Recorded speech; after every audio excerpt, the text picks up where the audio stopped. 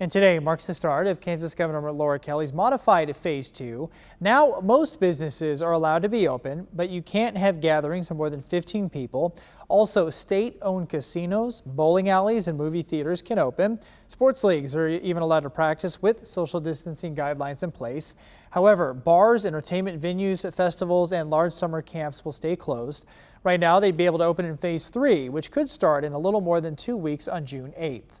And Memorial Day weekend usually marks the beginning of summer sports for families, but this year things are going to feel quite a bit different. KMBC 9's Martin Augustine live at the Blue Valley Sports Complex this morning to show us how organizers are adjusting to Governor Kelly's guidelines. Martin.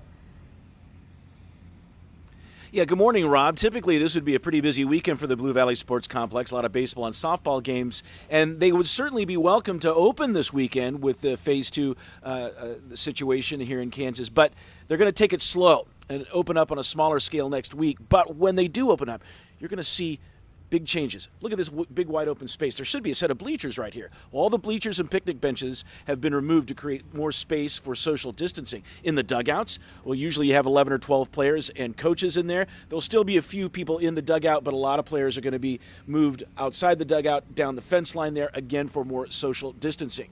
And the Blue Valley management here says, while they're going to have some staff keeping an eye on this sort of things, they're going to need help from parents and grown-ups around the teams to help hold people accountable.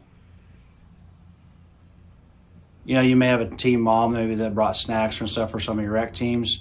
We're really hoping people like that will kind of help police, we don't have a social distance police out here, but we're hoping the parents and coaches and anybody else can kind of help keep their teams confined and help us keep things spread out for the time being to make sure that we are doing our part to keep everything safe. Now, face masks will not be required, but the complex management here encourages you to wear them. Now, a lot of these social distancing rules will probably get tweaked over the course of the summer, but the bigger ticket items, the removal of the bleachers and picnic benches and the open dugouts, those are changes that will probably stay in place all summer long. Reporting live in Overland Park, Martin Augustine, KMBC 9 News. Okay, Martin, thank you so much. Well, new this morning from Kansas City, Missouri, restaurants just got the green light to expand their patio seating into parking lots. The city council passed the plan as a way to help restaurants reopen.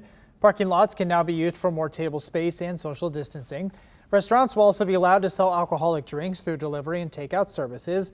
These rules stay in place through the end of the year.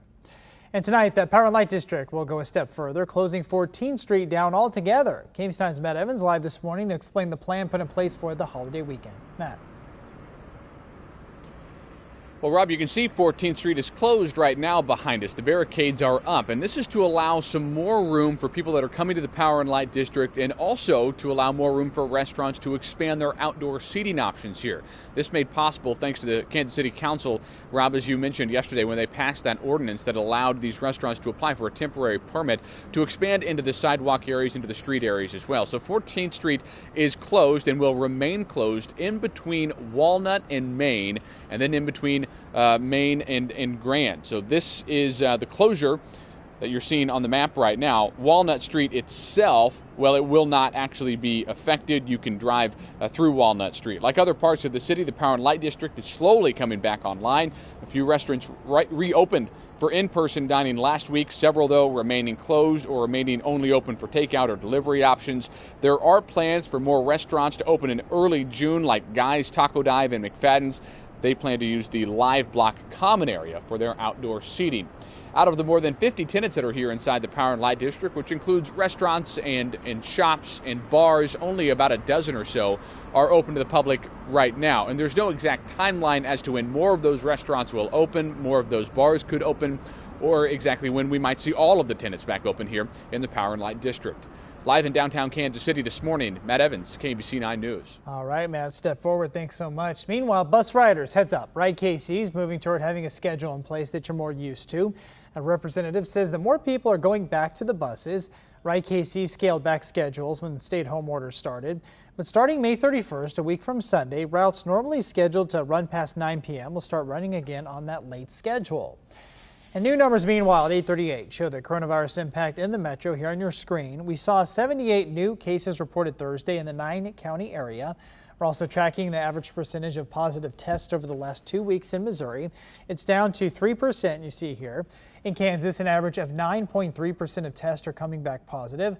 The World Health Organization wants that average below 10% to make sure that testing is being done adequately.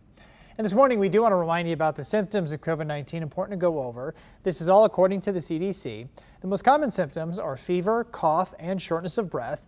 However, though, the virus can also bring chills, muscle pains, headaches, a sore throat, even a loss of taste or smell.